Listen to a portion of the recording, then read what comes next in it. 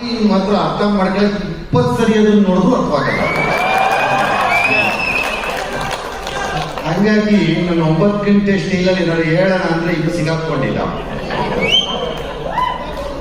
ಉಪೇಂದ್ರ ಈ ಫಿಲಮ್ ಬಹಳ ಕಷ್ಟಪಟ್ಟಿದ್ದಾರೆ ಅನ್ನೋದು ನನಗೆ ಚೆನ್ನಾಗಿ ಗೊತ್ತು. ಬಿಕಾಸ್ ಮನೋಹರ್ ಅವರು ಇದನ್ನು ಪ್ರೊಡ್ಯೂಸ್ ಮಾಡುವಾಗ ಆ ಟೈಮಲ್ಲಿ ನಮಗೆಲ್ಲ ಒಂದೊಂದಾಗಿ ಯಾವಾಗಲೂ ಹೇಳೋರು ಕಷ್ಟ ಸುಖ ಎಲ್ಲ. ಹಾಗಾಗಿ ದೀರ್ಘಕಾಲದ ನಂತರ ಅವರ ನಿರ್ದೇಶನದಲ್ಲಿ ಬಂದಿದೆ ಈ ಫಿಲಮ್ಮು. ಈ AI UI ಅಂತ ಈ ಮೇಡಮ್ಮು ಅಂತೇನೆ ಸುಮ್ಮನಿರಲ್ಲ ಹೇಳ್ತಾನೆ ಇದ್ದಾರೆ. ಆ AI ಏನೇನು ಮಾಡುತ್ತೋ ಮುಂದೆ, ಆರ್ಟಿಫಿಷಿಯಲ್ ಇಂಟೆಲಿಜೆನ್ಸ್ ಏನೇನು ಮಾಡುತ್ತೋ ಅನ್ನೋದು ನಮ್ಗೆ ಇನ್ನೂ ಅರ್ಥವಾಗ್ತಿಲ್ಲ. ಅದೇ ತರ ಈ UI ಏನ್ ಮಾಡುತ್ತೋ ಅನ್ನೋದು ಅರ್ಥವಾಗ್ತಿಲ್ಲ.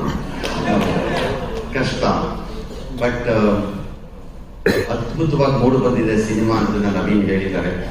ಎಲ್ಲರಿಗೂ ಒಳ್ಳೆಯದಾಗ್ಲಿ.